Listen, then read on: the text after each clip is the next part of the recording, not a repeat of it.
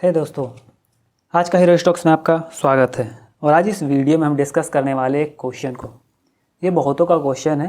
Basically जब हम नया नया स्टॉक मार्केट में आते हैं तो हमको लगता है कि ठीक है, स्टॉक मार्केट में पैसा बन रहा है तो हम पूरा इंटर करना चाहते हैं। हर जितना भी जहाँ भी पैसा लगाएं सब पैसा को डालना चाहते हैं सीधा स्टॉक मार्केट में। और हमको स्टॉक मार्केट आता नहीं है तो बेसिकली हम पैसा डालते हैं म्यूचुअल फंड में।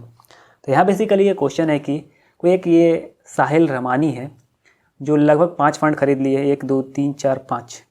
उसी तरीके से अगर दूसरा देखें तो ये भी कोई एम माई बसी थे, ये भी 5 फंड खरीद लिए हैं। और अगर हम नीचे जाके देखें तो और भी बहुत कोई है जिनका क्वेश्चन है कि जैसे ये 6 फंड खरीद लिए हैं, ये पूछ रहे हैं कि सही किया या गलत किया, सजेशन मांग रहे हैं। उसी तरीके से अगर नीचे जाते हैं तो और भी बहुत कोई है जो 5 फंड 6 फंड खरीद लिए हैं और बोल रहे हैं कि क्या ये सही है या गलत है। हमको जब भी म्यूचुअल फंड में अगर कोई क्वेश्चन आता है तो सबसे पहला लगता है कि 5 फंड खरीद ले या 6 फंड खरीद ले तो बेटर होगा। सबसे पहला क्वेश्चन तो यही रहता है कि हम 10 फंड खरीद ले, तो 10 फंड खरीदे या 1 फंड खरीदे, रिटर्न हमेशा होना चाहिए कितना, लगभग इंडेक्स को बीट करता हुआ 12% 15% के आसपास। अब हमको लगता है कि हम जितना ज़्यादा फंड खरीदेंगे उतना ज़्यादा हमको रिटर्न मिलेगा, लेकिन एक्चुअली में ऐसा होता नहीं है। बेसिकली होता क्या है कि जितना ज़्यादा आप फंड खरीदते हैं उतना ज़्यादा आपको एक्सपेंस रेशियो हर जगह पे करना पड़ता है। उससे बेटर अगर आपको पूरा का पूरा मार्केट ही खरीदना है, जैसे इंडेक्स भी खरीद लिए, ब्लू चिप भी खरीद लिए, ग्रोथ भी खरीद लिए, मिड कैप भी खरीद लिए, स्मॉल कैप भी खरीद लिए और फ्लैक्सी भी खरीद लिए, इतना सारा कुछ अगर खरीदना ही है तो बेटर होगा कि इंडेक्स को पकड़िए और बैठे रहिए। आपको इंडेक्स के बराबर, मतलब जिसको सारा म्यूचुअल फंड बीट करना चाहता है उसके आसपास रिटर्न आपको मिल जाएगा। तो सबसे पहला तो ये कि आपको 50 फंड खरीदने का ज़रूरत नहीं है। अगर आपको 50 फंड खरीदना ही है म्यूचुअल फंड में तो म्यूचुअल फंड में 50 फंड खरीदने से बेटर है कि डायरेक्ट जाइए और इंडेक्स को खरीद लीजिए। जैसे HDFC इंडेक्स निफ्टी 50 फंड को ये खरीदें, उसी तरीके से बहुत सारा फंड आता है इंडेक्स का ही, निफ्टी का ही हम बात कर रहे हैं। इसी तरीके से आप खरीद लीजिए, बस एक ही को खरीदिए या 1 या 2 खरीदिए ज़्यादा से ज़्यादा। अब मान सकते हैं कि चलिए आप 6 खरीदिए तो आपका 6 अलग अलग काम के लिए हो सकता है, लेकिन ओवरऑल तो रिटर्न आपको कितना चाहिए, 12% 15% उसी के आसपास। तो आपको एक फंड भी दे देगा और आप अगर ज़्यादा फंड रखिएगा तो वो भी दे देगा। तो सबसे ज़्यादा इंपॉर्टेंट क्या होता है कि जब भी आप किसी भी म्यूचुअल फंड को खरीदे या उसमें इन्वेस्ट करें तो उसके फंड मैनेजर पे हमेशा आंख रखिएगा या रिसर्च कीजिएगा। अब आप जैसे 6 फंड खरीद लिए या 7 फंड खरीद लिए तो आपको खुद रिसर्च करने में टाइम लगेगा।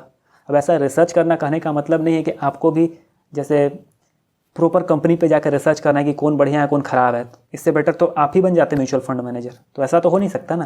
तो बेसिकली आपको इस तरीके से चेक करना है कि जिसको हम पैसा दे रहे हैं क्या वो कॉम्पिटिबल है, पैसा संभालने के लायक है या नहीं है। तो मान लेते हैं कि आप 6 फंड खरीद लिए या 7 फंड खरीद लिए, बहुत तो इससे ज़्यादा भी खरीद लेते हैं।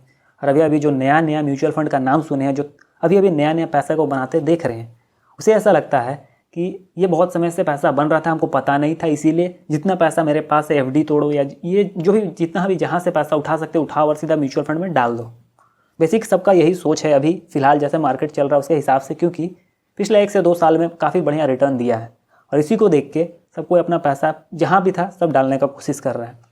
जब तक आपको उसके बारे में पूरे तरीके से कुछ भी नहीं पता तो हम बोलेंगे थोड़ा सा दूर रहिए इसीलिए क्योंकि ठीक है आज पैसा बन रहा है, क्या पता आज से कम 6 साल 7 साल में पैसा ना बने। ऐसा नहीं है कि नहीं बनेगा, आप म्यूचुअल फंड में रखें पैसा तो बनेगा, लेकिन मान लेते हैं कि कोई ऐसा सेक्टर में आप घुस गए जहाँ पैसा नहीं बना तो जब तक आपको उस चीज़ का नॉलेज नहीं है थोड़ा सा दूर रहिए, थोड़ा सा उसके बारे में अंडरस्टैंडिंग डेवलप कीजिए। तो मेरा यहाँ सजेशन रहेगा कि 6 फंड या 7 फंड खरीदने से बेटर 1 या 2 फंड खरीदिए, उसके म्यूचुअल फंड जो मैनेजर है उस पर रिसर्च कीजिए। और रिसर्च थोड़ा सा सब्जेक्टिव टर्म हो जाता है, थोड़ा सा टाइम दीजिए, 6 महीना से साल भर का टाइम लगता है रिसर्च करने में, लेकिन जो आपको फिर रिटर्न देगा, म्यूचुअल फंड मैनेजर का हम बात करें, जो वो आपको रिटर्न देगा वो 6 फंड या 7 फंड खरीदने से बेटर नहीं हो सकता। क्योंकि अगर आपको नहीं पता तो हम बता दें कि 80% म्यूचुअल फंड 80% लगभग 80% इंडेक्स को बीट नहीं कर पाता। जो पहला में HDFC इंडेक्स निफ्टी 50 आपको दिख रहा लिखा हुआ, उसको बीट नहीं कर पाता लगभग 80%। अब आप सोच लीजिए 80% बीट ही नहीं कर पा रहा, बीट कौन कर रहा है 20%। अब मान लेते हैं कि आप खरीदे 6, उसमें से एक आध बीट कर दिया इंडेक्स को, बाकी सब पीछे रह गया, उल्टा आपको एक्सपेंस रेशियो पे करना पड़ गया, मतलब चार्जेस पे करना पड़ गया, तो ओवरऑल रिटर्न आ गया इंडेक्स के पास। तो काहे नहीं हम इंडेक्स को खरीद ले। अब इंडेक्स भी अगर आपको नहीं खरीदना तो हम बोलेंगे कि चलिए इंडेक्स से भी अगर आपको थोड़ा सा एक्सपेंस रेशियो कम चाहिए तो आप उसी का ETF को खरीद सकते हैं।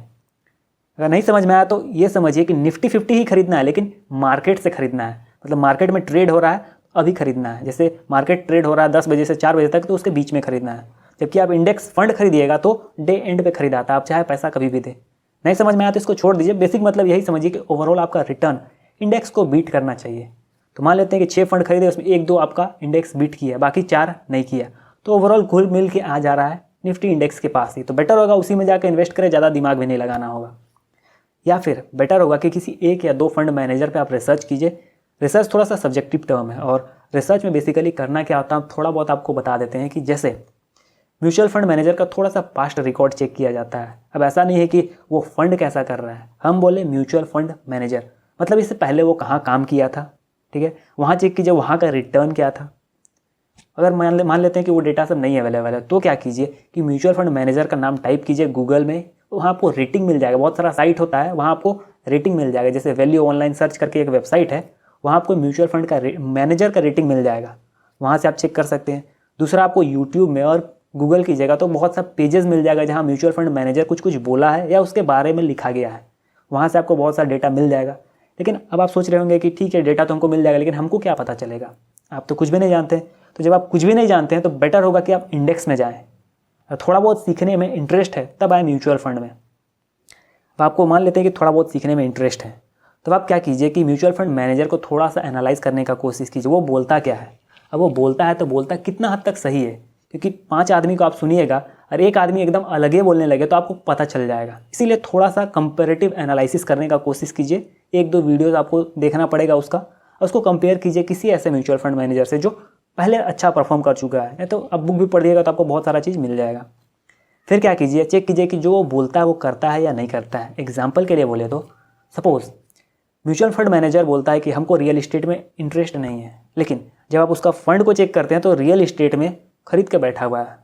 अब ऐसा नहीं है कि रियल इस्टेट खराब है, बेसिक मतलब समझिए कि बहुत बार होता है कि एक लेनिंग टेंडेंसी होता है ह्यूमन में कि सब जो काम करते रहता है। जैसे एग्जाम्पल के लिए दो तो एग्जाम्पल अगर बोले तो लिफ्ट में मान लेते हैं अगर सब कोई उल्टा साइड खड़ा हो जाए तो कोई आदमी अगर इंटर करेगा ना तो वो भी उल्टा साइड होके ही खड़ा रहेगा। ये ह्यूमन टेंडेंसी होता है। तो अगर सपोज मान लेते हैं कि सारा म्यूचुअल फंड मैनेजर एक ही कुछ स्टॉक्स को खरीद रहा था, जैसे 2000 में IT स्टॉक्स को, 2008 में पावर और रिटेल को, रियल इस्टेट को, तो सब उसने खरीद रहा था, तो उस टाइम वो भी खरीदा होगा, मे नॉट बी, वो डिपेंड करता है। लेकिन थोड़ा सा मैटर को समझिए कि मान लेते हैं कि सब जिधर खरीद रहा था वो भी उसी तरफ चला गया और ख़रीद लिया। खुद बोला था कि हमको रियल इस्टेट में इंटरेस्ट नहीं है, हमको समझ नहीं आता बिजनेस, फिर भी वो जाके खरीद रहा है, तो कहीं ना कहीं वो ख़राब है, उसका एथिक्स उसको सही नहीं बता रहा है। दूसरा ये देख सकते हैं कि मान लेते हैं म्यूचुअल फंड मैनेजर बोलेगा कि ठीक है हम लॉन्ग टर्म के लिए इन्वेस्टमेंट करते हैं।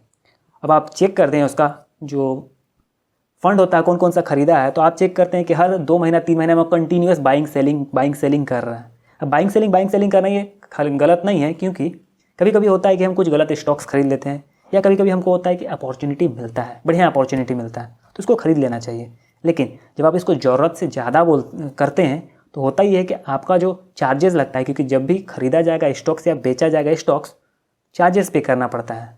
वो टैक्स हो भी सकता है नहीं भी, लेकिन चार्जेस तो पे करना ही करना है। खरीदने का चार्ज, सेल्स ड्यूटी और बहुत सारा टैक्सेस होता है जो पे करना पड़ता है खरीदने और बेचने में, तो वो सारा हर बार लगेगा। जब भी म्यूचुअल फंड मैनेजर खरीदेगा बेचेगा तो ऐसा नहीं कि म्यूचुअल फंड मैनेजर अपना पॉकेट से देगा, आपसे जो पैसा लिया उसी को भरेगा, तो कहीं ना कहीं आपका पैसा पीछे जाएगा। तो चेक कीजिएगा, एक सब्जेक्टिव टर्म है थोड़ा सा, तो म्यूचुअल फंड मैनेजर को ज़्यादा ध्यान रखिएगा। बाद में सब कुछ आता है, क्योंकि जब भी आप गाड़ी चलाते हैं या फिर किसी को आप गाड़ी चलाने देते हैं, ठीक है गाड़ी ठीक ठाक होना चाहिए, बस उतना ही मैटर करता है, गियर सब कुछ काम कर रहा है ठीक है। अब जो सबसे ज़्यादा इंपॉर्टेंट होता है वो रास्ता नहीं होता है कि कौन सा सेक्टर में वो है। जैसे सेक्टर कहने का मतलब है कि यहाँ लार्ज कैप में है, मिड कैप में है, फ्लैक्सी में है, किस में है, वो कम मैटर करता है। एग्जाम्पल के लिए रास्ता थोड़ा सा कम मैटर करता है। अगर ड्राइवर बढ़िया है तो ख़राब रास्ता में भी गाड़ी चला लेगा और अच्छा रास्ता में तो चला ही लेगा। तो डिपेंड करता है थोड़ा सा नहीं बोलेंगे, मोस्टली डिपेंड करता है म्यूचुअल फंड मैनेजर पे। तो रिसर्च कीजिए उस पर, आपको बहुत बढ़िया रिटर्न अगर चाहिए तो मेरा सजेशन बस यही रहेगा, उस पर इन्वेस्ट कीजिए अपना टाइम को। तब आप ये 6 फंड खरीदें, उससे बेटर होगा कि आप 1 या 2 फंड खरीद के बैठे रहेंगे और आराम से साइलेंटली अपना काम करते रहेंगे, आपको कोई ज़्यादा टेंशन लेने का ज़रूरत नहीं होगा। तो शुरुआत में थोड़ा सा मेहनत है, बाद में आराम से आप बैठ के पैसा गिन सकते हैं। तो ये था मेरा सजेशन। अगर आपको कोई चीज़ समझ नहीं आया है तो मैं चाहूँगा कि आप कमेंट में उसे लिखें ताकि मैं उसे आंसर कर सकूँ। और हाँ दोस्तों, अगर आपको इन्वेस्टिंग रिलेटेड कुछ भी नहीं आता है तो मैंने एक कोर्स क्रिएट किया है, डिस्क्रिप्शन में आपको लिंक मिल जाएगा, और एक वेबसाइट भी है, उसमें अगर आप जाइएगा तो आपको बहुत सारे इन्वेस्टिंग रिलेटेड आर्टिकल्स मिल जाएगा, तो वहाँ भी आप पढ़ के सीख सकते हैं। और धन्यवाद दोस्तों मेरे वीडियो में आखिर तक बने रहने के लिए।